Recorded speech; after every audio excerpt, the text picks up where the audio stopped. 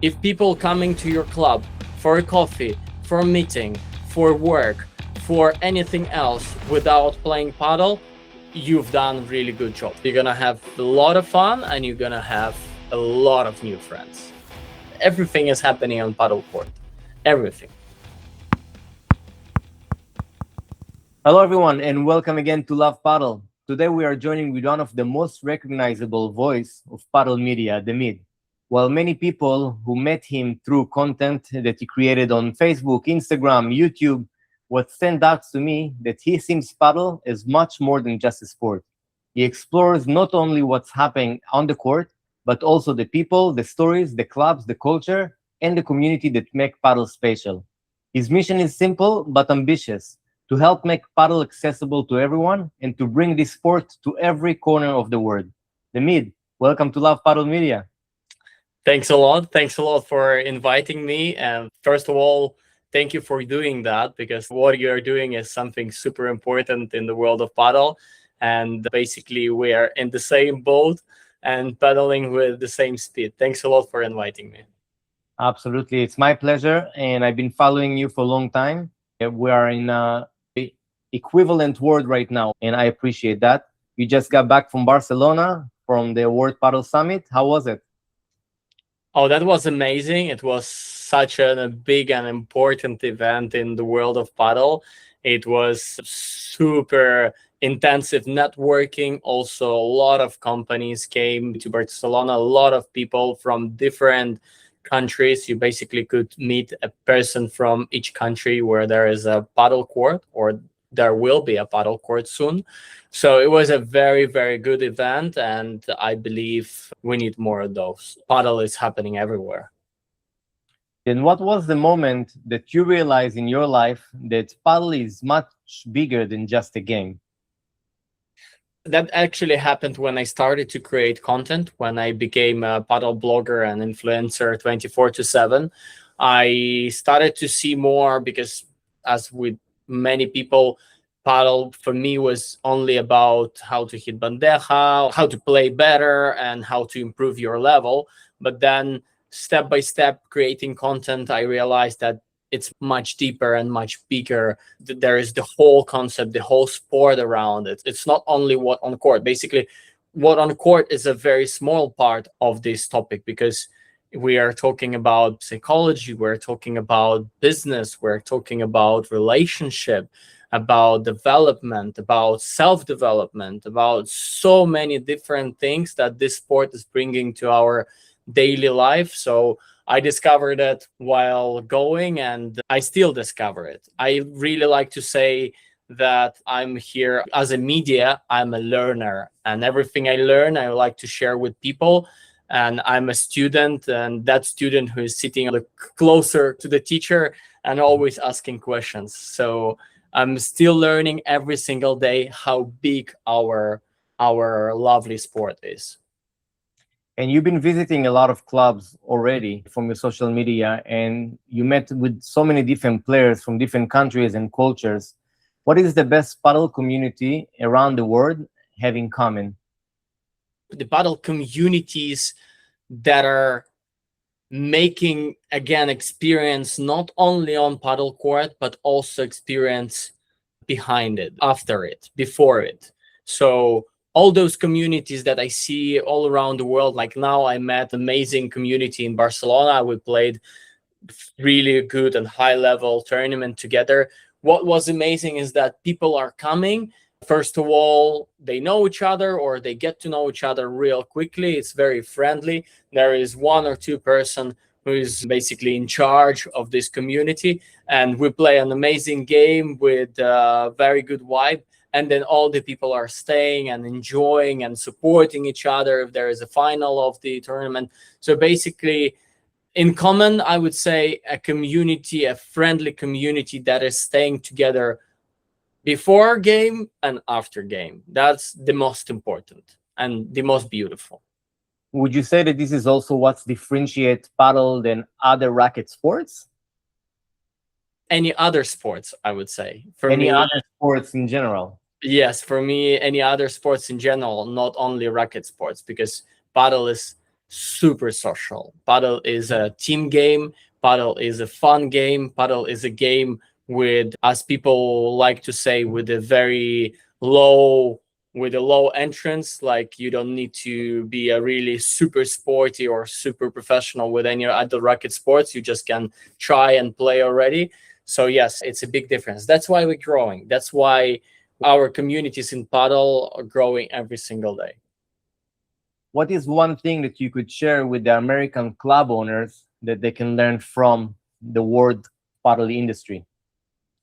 Oh, that's a big one. That's something that I'm really discussing a lot now in my Instagram, is that also coming back to World Paddle Summit, I've seen so many different technologies coming in. I've seen many stands with AI, many stands with different tools that are showing how good is your shots and all this together.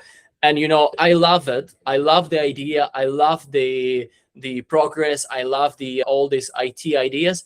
But my personal advice to all the club owners, to all the community organizers, my personal advice would be invest. First thing first, invest into community, invest into how comfortable your club is, how accessible, how basically accessible in any way. Parking lots, also, it's not too expensive, also very important, accessible for kids, for families, for dogs and different pets.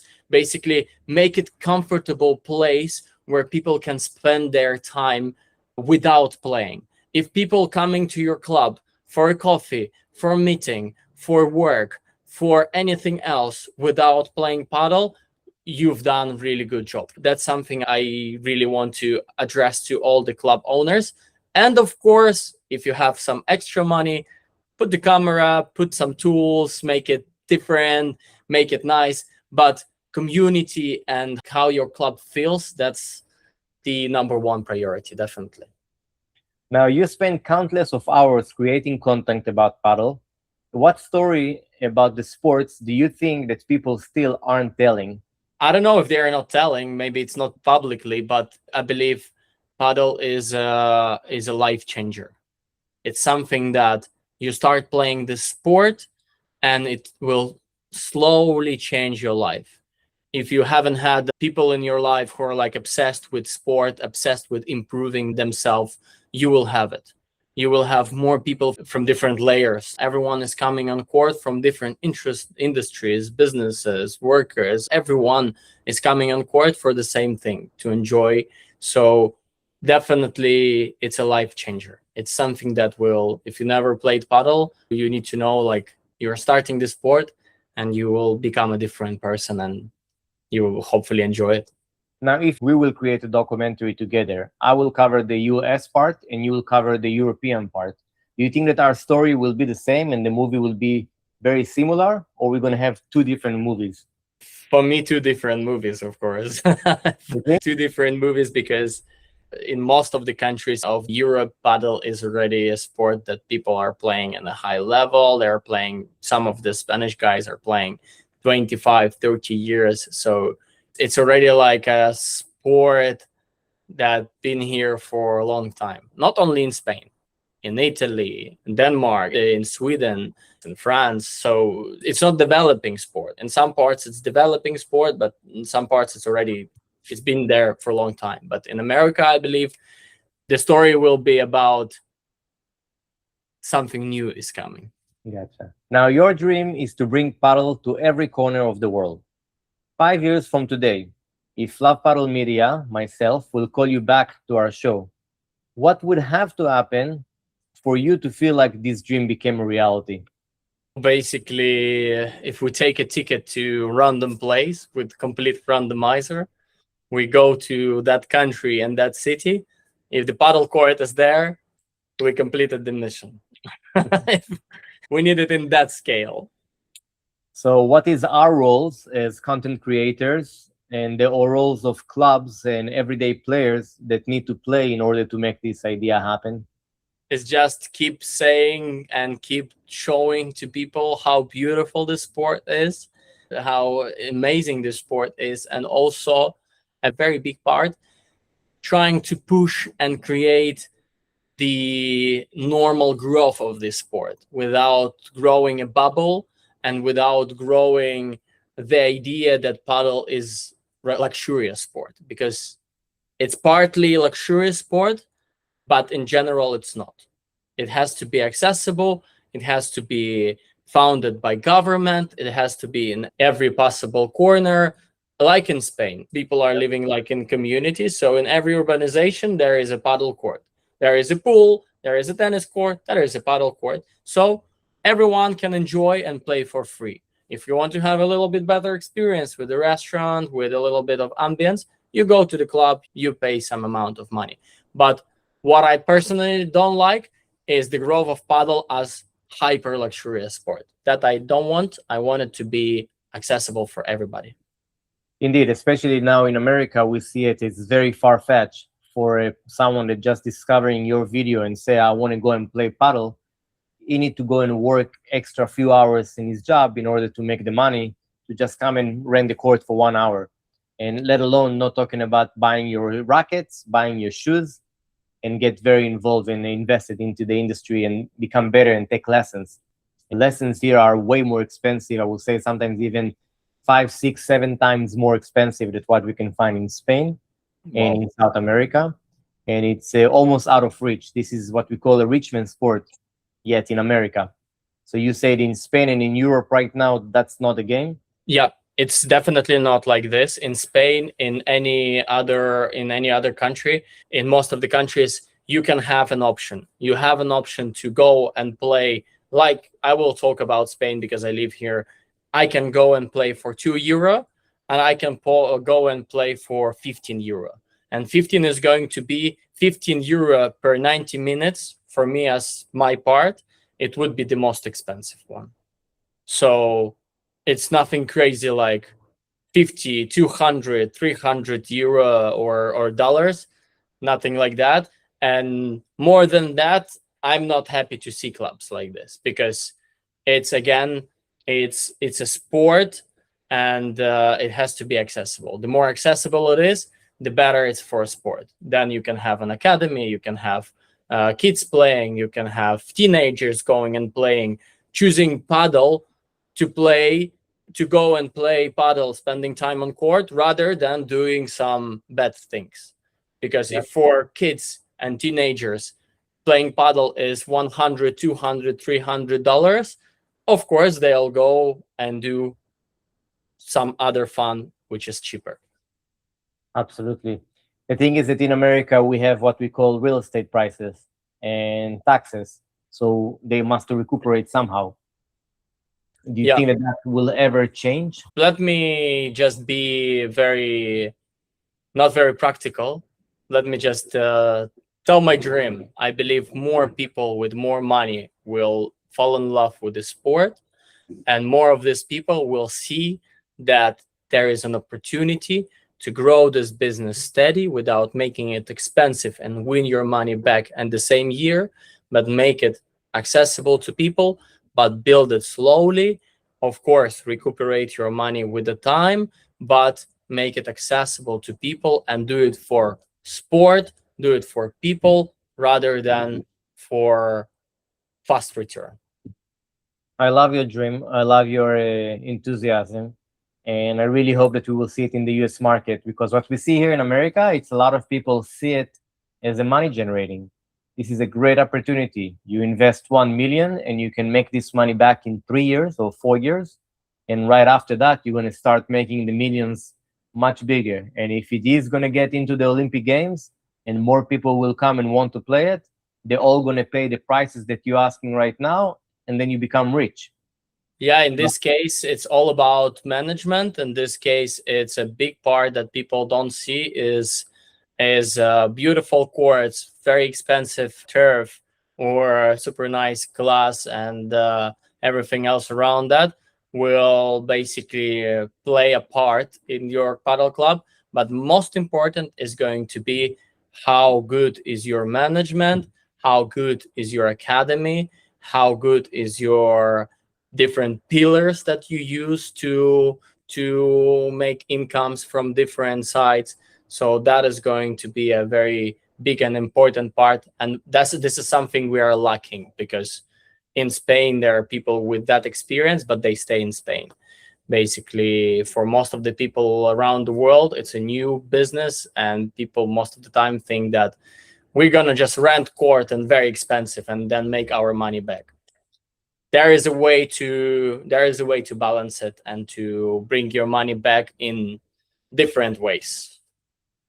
So I agree with you on that aspect. And I think that there are a lot of communities, gated communities, neighborhoods that already have a lot of tennis courts in their community. They have the pool facilities, they have many tennis facilities. What we saw them doing in the past 4, 5, 6 years is taking one court and building 2 or 3 pickleball Hmm. courts. And what we want to see is taking one tennis court and building 1 or 2 paddle courts and making that available for the community. Because the cost of the turf, because the cost of the court themselves, the glasses and the cages and all of that, it's very hard to convince a neighborhood homeowner associations to go and invest right now $100,000 and build a court in their community.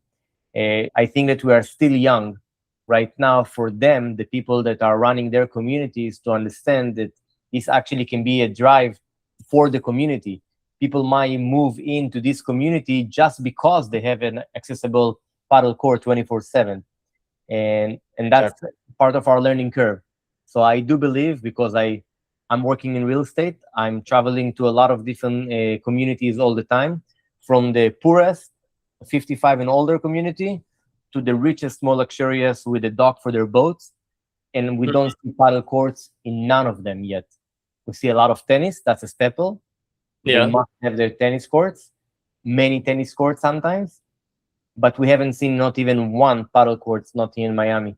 So I think that that's part of our growing right now. It's some of them believing that these 100K investments to transform, and it might be less, and build this 1 or 2 courts on their community, and add to the maintenance routine, adding some sands every once in a while, cleaning the glasses every once in a while, tightening the screws every once in a while, adding some security cameras around it, will help to drive not just the sport itself, but the industry of paddle all around the world. that's 100%. Here in Marbella, where I live, it's almost every community, almost every organization, they have paddle courts, new ones and old ones. Everyone is trying to have a tennis court, a pickleball court, pickleball less, because this sport is not that fast growing here in Spain, and paddle court, obviously. That's amazing. Now, you met with many professional players, amateurs, beginners, club owners, coaches, fans around the world. Who is the most interesting person that you met through paddle, and what lesson did they teach you? The first one who popped up in my mind is David Garcia Campos. It's the coach, because when I've been passing my certifications in Madrid M3 Academy, he was my coach, where I've been passing the coaching certificate.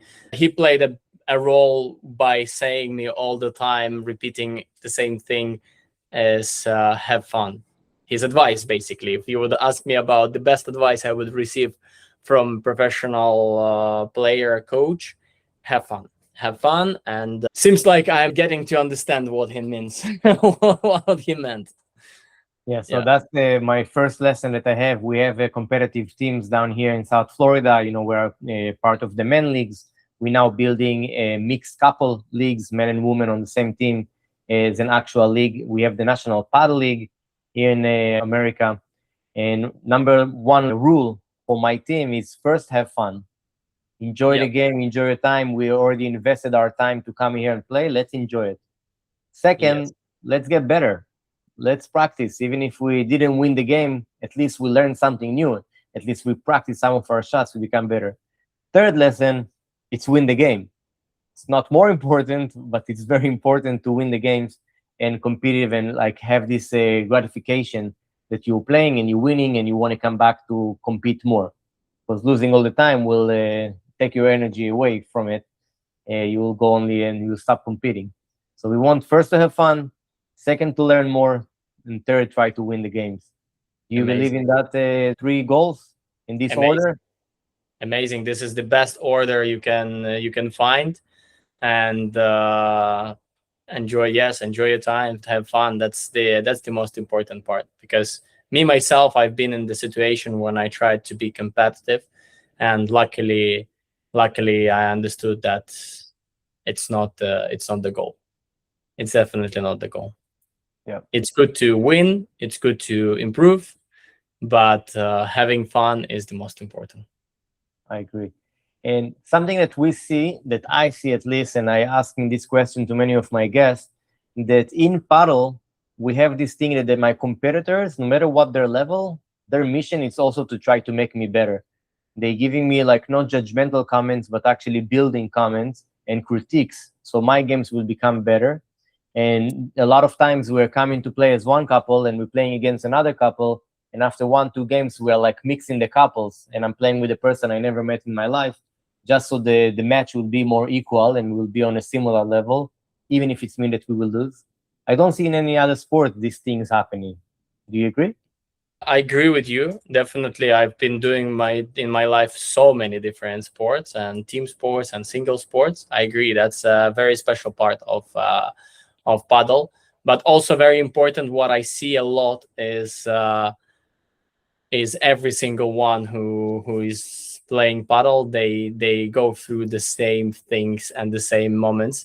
And I did the same. When you start to grow very fast at the beginning, you start to play very fast, and then you have this one, all the way down, and then slowly going back. So you're gonna have up and down all the time, and that's something that people don't expect, and that's something that sometimes make people like frustrated. They get upset. Why am I played yesterday really good, today I'm playing really bad.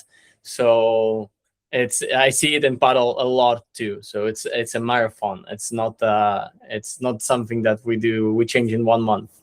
It's a Yeah. long way if you want to play well.